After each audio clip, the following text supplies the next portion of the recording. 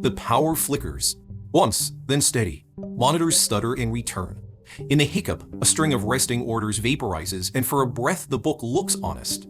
I see where the street keeps its fear. I press into the seam and ride the shiver until it stops pretending it wasn't there.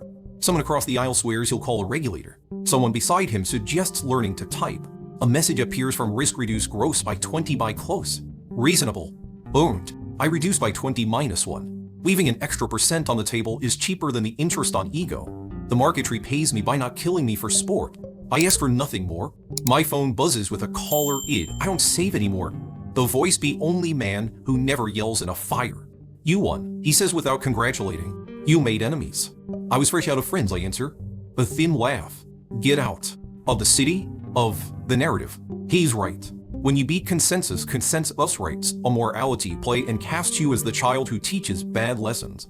I lay off another slice and leave a single mine to share canary where the reckless like to sing. If the room smartens up, it will run into my quiet bird and wake me before the cold turns to rumor.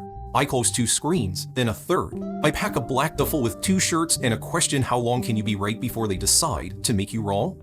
On the way to the elevator, I pass a glass office where a strategist chokes on a new thesis.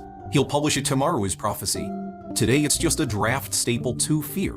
He sees me, then sees through me, the way men look at storms after the roof holds. The elevator mirrors a tired man I refuse to recognize. Outside, the city chews light into smaller pieces, spits reflections onto wet blacktop, and points a car at me I didn't call. The driver opens the rear door like he's been trained to open doors for people who might explode. Airport, he asks. Runway, I say. Public is too soft today. Private fails more quietly.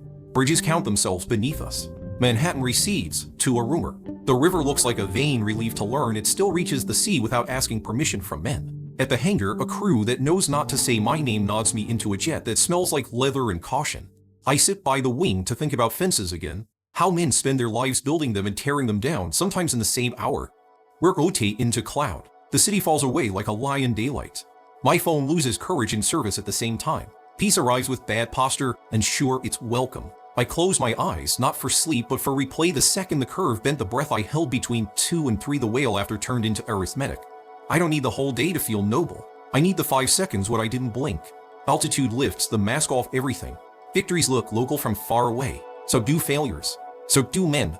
I think about the cost column nobody reads aloud, hours subtracted from sleep, love postponed. The spine ought to carry more than it should because a boy once decided pain was cheaper than regret.